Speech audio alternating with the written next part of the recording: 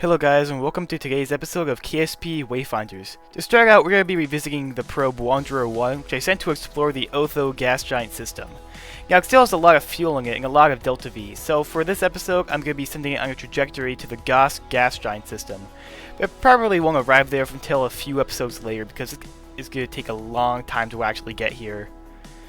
So I'm just going to leave it for now and actually return to it later down the line. Wanderer aside, it's time to actually get back to missions we're actually doing right now. Last episode we sent this really interesting rover over to Ceti, which actually has a crew on board in a science lab. 2 to be in fact. I call this the Panda rover because the lights on top of it look like little panda ears.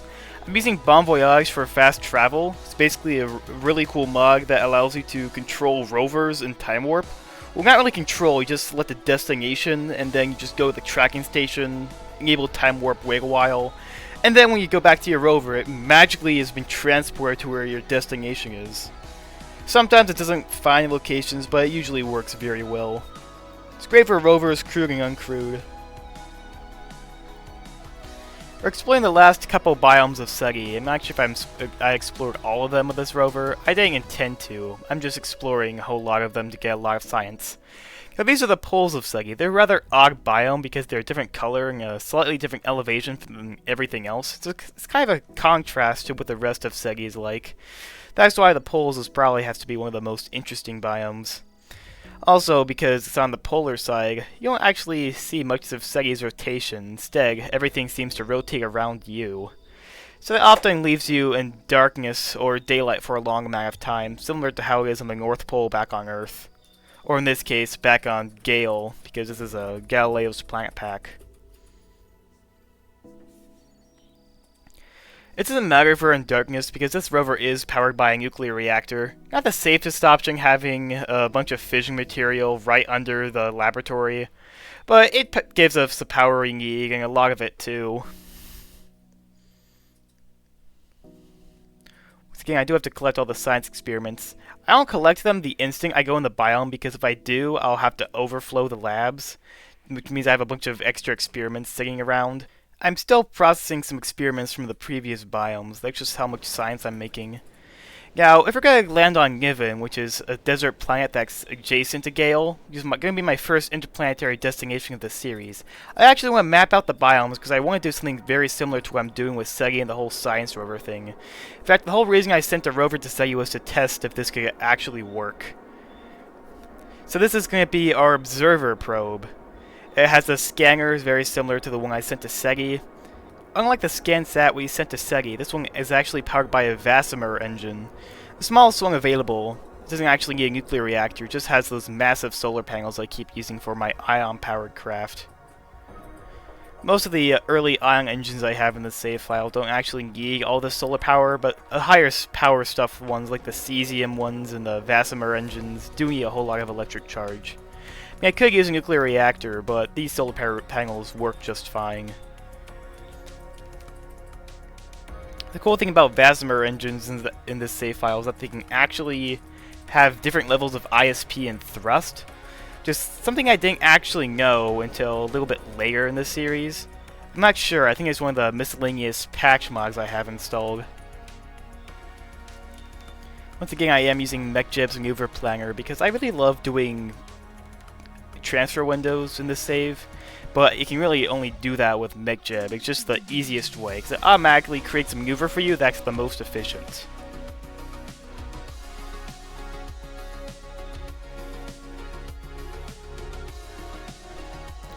Most of the burn will have to be done using the Vasimer engine, but that's okay, because it has a whole lot of Delta V, and it's basically overbuilt. I really love the way the plume looks on the Vasimer engine in its Xenon mode. It's a nice blue color that I really love. However, I won't be seeing this plume often because the Argon mode is just better in every way. Sure, it doesn't provide as much thrust, but most of the time the thrust of the Xenon mode is also pretty bad, so it's not really worth it to sacrifice a lot of Delta V just for 0.1 extra TWR.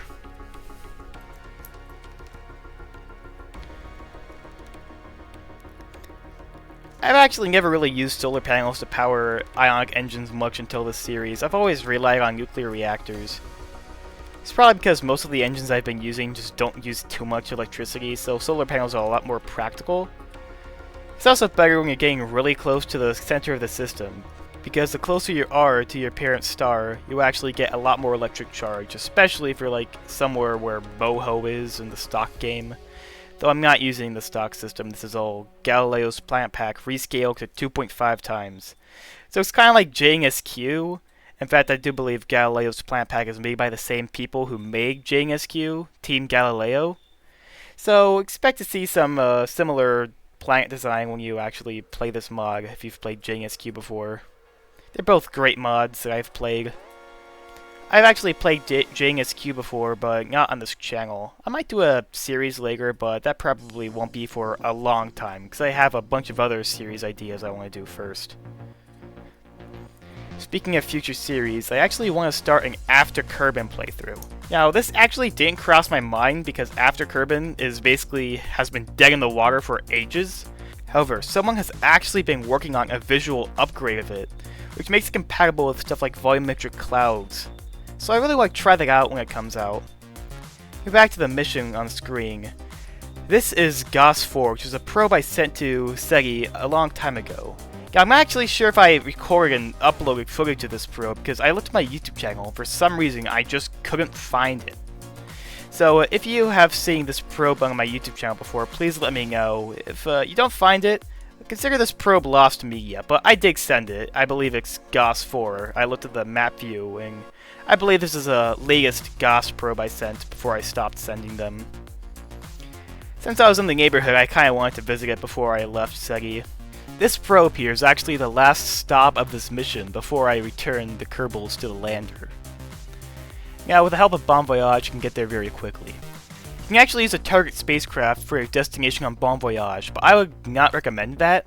I would just use that for your preliminary coordinates.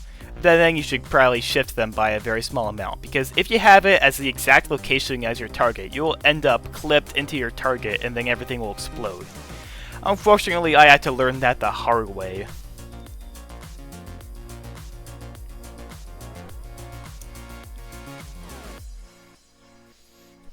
I do have to slide around and end up overshooting the lander, but thankfully this rover can drive perfectly fine in reverse.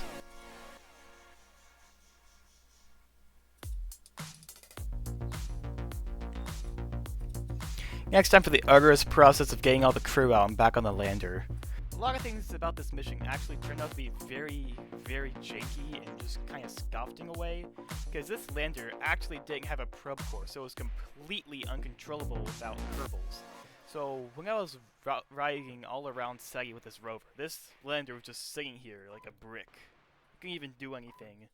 From a realistic standpoint, all the hydrogen inside of it would have boiled away, but thankfully I have boil off disabled because in my experience it has been very glitchy.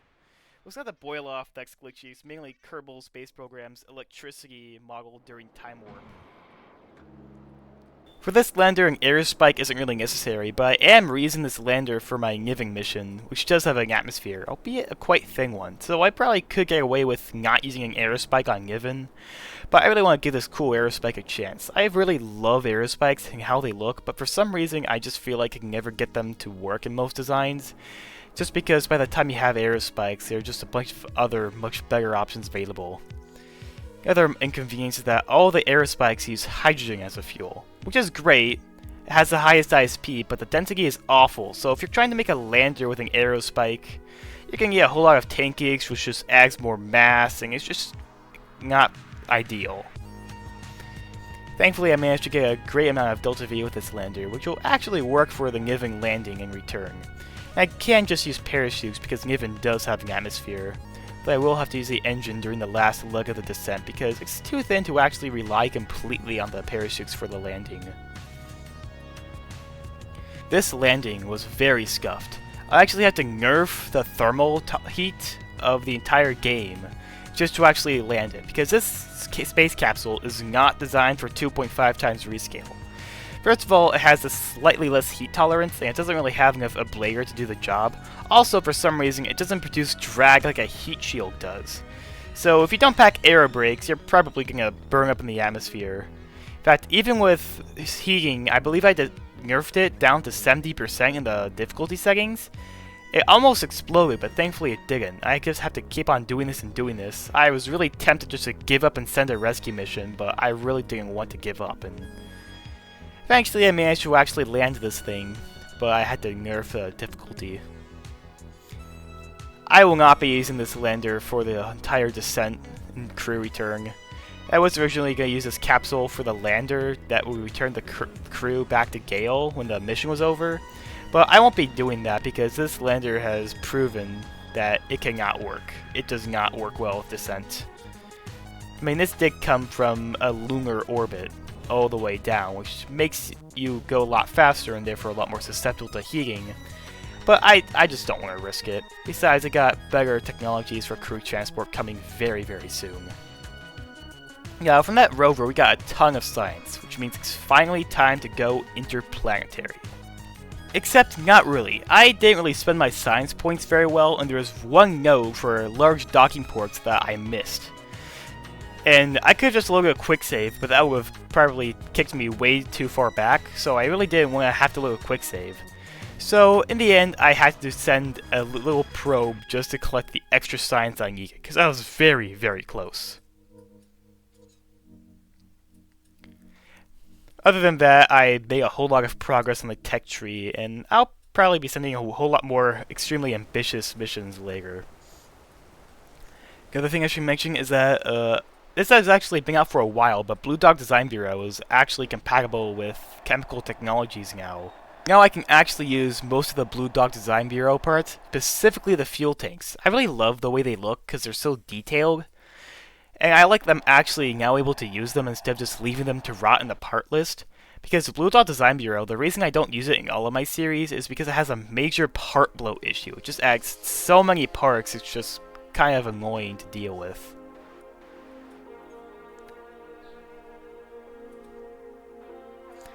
Another thing that's bad about having a lot of parts is that whenever you try to search for a part, it lags a whole lot, especially if you just search for nothing that shows all the parts. It's super annoying.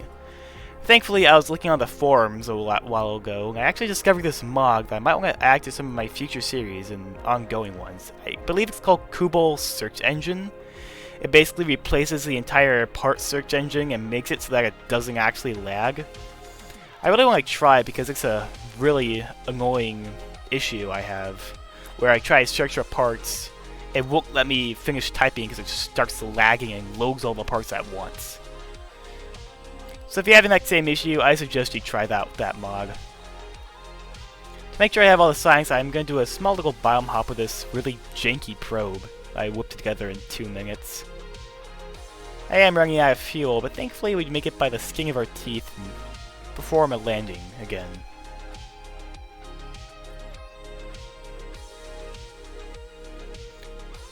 Collect some more science, transmit it all, and then this lander tips over and then it is done. Now it's actually time to go interplanetary and construct our very first IPV. However, it's going to take quite a few launches to assemble the IPV Odyssey, as I have called it. Instead of showing them launch after launch, I decided to combine them all into one video. So the first 3 rockets are the big ones that carry all the modules, and the 4th one carries the lander for Niven. For the launch vehicles, I'm sticking with the Galileo's Planet Pack Star System naming convention by naming all the launch vehicles and missions after the planets in the Galileo's Planet Pack. For this one, I decided to name it the Nero 7, after the biggest planet in the system, which is Nero. It has 7 moons actually, so it's a pretty big gas giant with a lot of moons. Most of the rockets were pretty similar, except for the fairing shapes. However, one of them was pretty heavy, so I had to slap on a few extra solid rocket boosters. Hopefully our launch pad's okay. It can seem to handle some pretty massive launch vehicles. Also, I am using predominantly Methalox engines, because I just unlocked all the methane engines, because Gradual Progression Tech Tree, for some reason, puts them all in 2 technos. One for sea level operations and one for vacuum Methalox engines. Another thing I should mention about the Odyssey is that it actually has 2 drop tanks which are refuelable. So if I need a little bit of extra Delta V, I can attach some drop tanks which are connected by these massive radial docking ports from a near-future construction, if I recall correctly. Another thing about my channel, for the foreseeable future, I'm going to be uploading bi-weekly. I really want to see this channel grow more, and I've done some research, and apparently one of the best ways to grow as a channel is to just upload more videos and upload them more frequently. So that's what I'm going to be doing. I might not be able to keep this up for that long, because I'm going to get very busy later when the summer ends. But I'll try my best to keep a very steady bi-weekly upload schedule. I'll also be introducing some brand new series and kind of changing my video thumbnail and gaming scheme just to kind of make them a bit more interesting.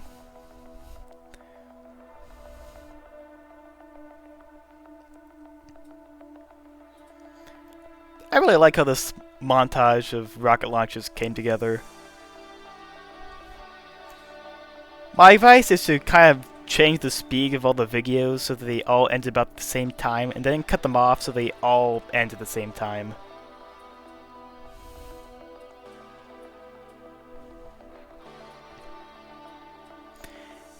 This is probably one of my favorite interplanetary vehicles that I've constructed. It's powered by two argon-powered pulsed plasma engines. They're powered by a massive nuclear reactor. However, the IPV is completely useless without a crew, so introducing the Fortune Space Shuttle. It's a very special space shuttle because the launch stage is only just two solid rocket motors. The push to orbit is actually powered by two lithium-powered magnetoplasma dynamic thrusters. The energy for that is actually given by a power cell from Sterling Systems. To be honest, I might actually want to stop using that part just because of how overpowered it is. All it needs is a metal just stored on board the fuel cell and a bunch of oxidizer, and it produces way more electric charge than any nuclear reactor would. It's definitely not as efficient than a nuclear reactor. Those things can run for years, but produces a way more electricity in a shorter amount of time. I also slapped on a radiator, not because any of the parts I had actually had any system heat configs, but because the lithium engines have a habit of overheating when you leave them on for too long without any form of cooling. You can see the heat bars for a moment. That's what the radiator's for. Also, please excuse the Kerbals in the bottom right corner, because for some reason a whole lot of the cameras for them are in their mouths. Approaching the Odyssey is pretty easy, especially with all the Delta V I have, but unfortunately it decided to become an invincible wobble edit and explode. Thankfully I had a quick save, and for some reason the issue didn't continue. What's good about the Fortune shuttle is that even when it reaches orbit, it has a ton of Delta V remaining. And if I were to refuel it, it'd probably be able to go interplanetary. Going interplanetary with a Fortune might not actually be the best idea, because this is 2.5 times rescale, and 7,000 meters per second of Delta V doesn't really give you the range it would in the stock system. I suppose the furthest this space shuttle will go is orbiting moons of Gale. That's actually really great for a space shuttle in 2.5 times rescale. That just goes to show how powerful magnetoplasma dynamic engines paired with fuel cells are. Now, this docking maneuver was very messy and janky, but eventually we were able to dock and transfer the crew over.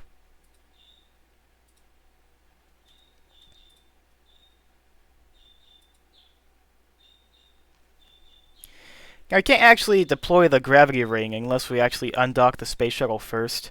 So that's what I do, and then I deploy the gravity ring. But first, I actually have to transfer a bunch of cargo over, because I forgot to do that when they were actually docked. So I had to quickly go on EVA and transfer all the EVA science experiments.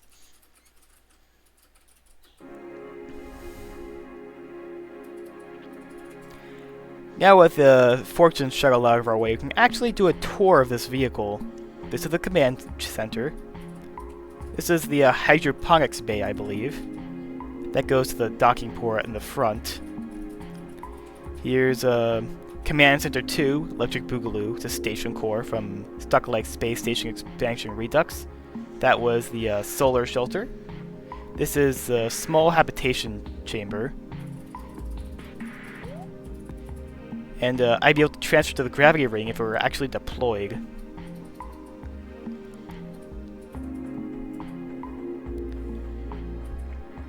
Now this is the gravity ring.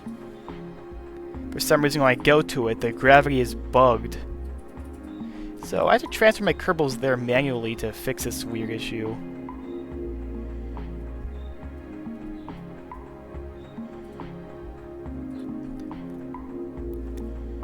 Now we can actually continue the tour. This is a gravity ring. It offers ideal living conditions for long interplanetary voyages. And then we have the laboratory at the very back. Now back to the Fortune space shuttle. We actually have to land this thing.